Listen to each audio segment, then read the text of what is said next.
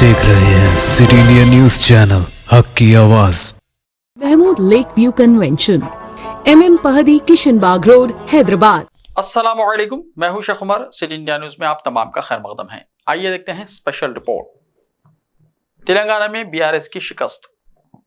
तो टॉपिक शुरू करने से पहले आप तमाम से गुजारिश करूंगा कि वीडियो को लाइक शेयर करते हुए हमारे इस YouTube चैनल को सब्सक्राइब ज़रूर कर लीजिए, ताकि ऐसी ही दिलचस्प और मालूमाती वीडियोस आइंदा भी आपको मिलती रहे। जनूबी रियासत तेलंगाना में BRS हुकूमत को अवाम ने अपने वोट के जरिए बेदखल कर दिया है। BRS की मुतबादिल के तौर पर कांग्रेस के हक में अवाम ने अपने एतमाद का इजहार किया है और तब्दीली के हक में अपना वोट इस्तेमाल किया है। BRS ने लम्हे आखिर तक भी अपनी जीत का यकीन जाहिर किया था। ये दावा किया जा रहा था कि तमाम एग्जिट पोल्स को नाकाम बनाते हुए पार्टी इख्तिदार पर वापसी करेगी और रियासत में हुकूमत की हैट्रिक करते हुए एक नई तारीख बनाएगी।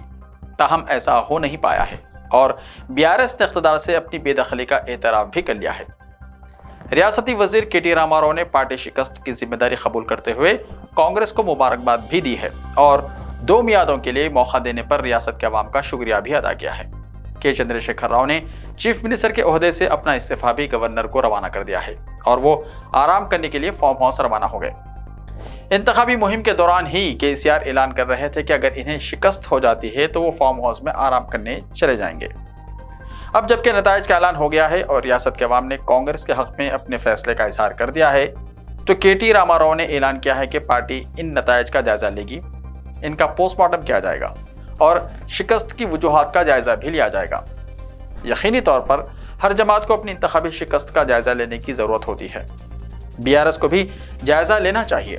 जहां तक अवामी राय का सवाल है तो ये वाज़ेह हो गया है कि K चंद्रशेखर राव की आमिराना रविश ने रियासत में अवाम के मूड पर बहुत ज़्यादा असर किया है। चीफ मिनिस्टर 2 मरतबा के इख्तिदार में किसी को खातिर में लाने तैयार नहीं थे। वो खुद अपनी ही पार्टी के वज़रा और अरकान असेंबली को तक मुलाकात का वक्त नहीं दिया करते थे। अरकान असेंबली को कई महीने इंतजार करना पड़ता था और वज़रा भी इसी वक्त दरबार में हाजिरी दे सकते थे जब इन्हें तलब किया जाए। ये कोई ढकी छुपी बात भी नहीं रह गई थी और सारी रियासत में इस पर तनकीदें हुआ करती थी। इसके अलावा K चंद्रशेखर राव ने इख्तिदार को महज चंद अफराद तक बरकूज कर दिया था। खुद KCR के अलावा KT रामाराव, हरीश राव और फिर रियासती चीफ सेक्रेटरी हों या DGP हों या फिर 2-1 मुशीर हों, इन तक ही सरकारी कामकाज महदूद होकर रह गया था। कोई वजीर अपने तौर पर अपने मुतल्लिका महकमे के ताल्लुक से आज़ादाना फैसले का मजाज नहीं रह गया था। चीफ मिनिस्टर के ओहदे पर तो KCR विराजमान थे, लेकिन अमलन ये जिम्मेदारी भी KTR निभा रहे थे।